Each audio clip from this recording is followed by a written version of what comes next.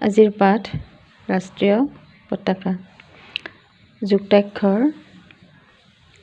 তোমালোকে পাঠটো কিতাপখন মেলি লোৱা আৰু ধৰি ধৰি পঢ়ি যোৱা। দন্তীয় ত যোগ ৰ তৈ ৰত্ৰ। দন্তীয় তৰ তলত এডাল হচন্ত আছে। তৈ ৰত্ৰ।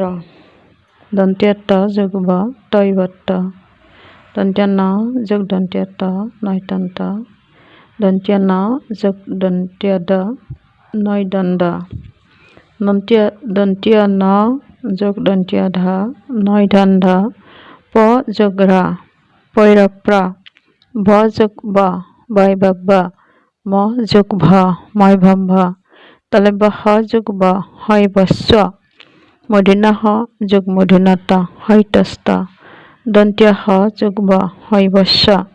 দন্তীয় হ যোগ দন্তীয় ত হৈতস্ত। দন্তীয় হ যোগ দন্তীয় থ হৈতস্থ। অ যোগ ৰ কৈৰক্ৰ। দন্তীয় ত যোগ দন্তীয় ত সমান তৈতত্ত। দন্তীয় ন যোগ দন্তীয় ত যোগ ৰ নৈ তৈ ৰন্ত্ৰ।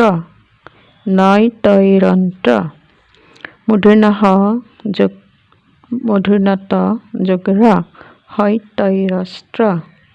হৈ তৈ ৰস্ত্ৰ। দন্তীয় হ যোগ দন্তীয় ত যোগ ৰ হৈ তৈ ৰস্ত্ৰ। এতিয়া শব্দবিলাক চাবা। কঠিন শব্দ চক্ৰ প্ৰথম চ কৈৰক্ৰ চক্ৰ। স্তম্ভ দন্ত্য হৈতস্থ মৈভম্ভ স্তম্ভ। ৰাষ্ট্ৰ ৰতাকাৰে ৰা হৈ তৈ ৰস্ত্ৰ ৰাষ্ট্ৰ। শাস্ত্ৰ তালব্য হতাকাৰে হা দন্ত্য হৈ তৈ ৰস্ত্ৰ শাস্ত্ৰ।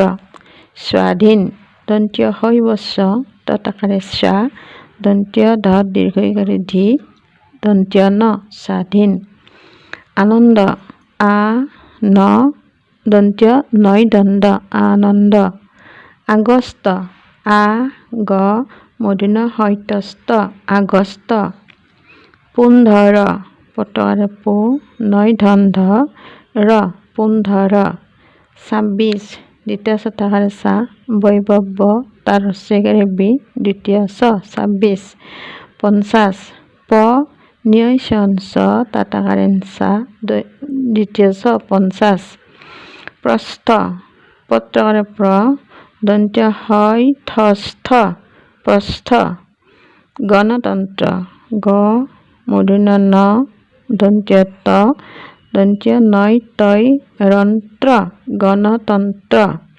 উত্তোলন হস্য উ দন্ত্য তৈ তত্ত তাতকাৰে তো ল দন্ত্য ন উত্তোলন। এতিয়া বাক্যবিলাক চাই যাবা দেই। পতাকাখনলৈ মন কৰোঁহক। পতাকাখনত তিনিটা ৰঙৰ কাপোৰ আছে। এয়া আমাৰ তিনিবৰণীয়া ৰাষ্ট্ৰীয় পতাকা। পতাকাখনৰ ওপৰৰ অংশ গেৰুৱা মাজৰ অংশ বগা তলৰ অংশ সেউজীয়া। তিনিওটা ৰঙে বেলেগ বেলেগ অৰ্থ বুজায়। গেৰুৱা ৰং সাহস আৰু ত্যাগৰ চিন। বগা ৰং সত্য আৰু শান্তিৰ চিন। সেউজীয়া অংশ বিশ্বাস আৰু শৌৰ্যৰ চিন। মাজৰ বগা অংশত এটা চক্ৰ আছে। ই অশোক স্তম্ভত থকা ধৰ্ম চক্ৰটোৰ দৰে। চক্ৰটো ন্যায়ৰ প্ৰতীক। চক্ৰৰ কথা শাস্ত্ৰতো আছে। অশোক চক্ৰটো পতাকাখনৰ দুয়োফালৰ পৰা একে দেখি। পতাকাৰ দিশ হৈছে প্ৰস্থৰ ১.৫ গুণ। অৰ্থাৎ পতাকাখন দীঘলে ৩ মিটাৰ হ'লে বহলে হ'ব ২ মিটাৰ। ভাৰত এখন স্বাধীন ৰাষ্ট্ৰ। সেইবাবে পতাকাখনক ৰাষ্ট্ৰীয় পতাকা বুলি কওঁ।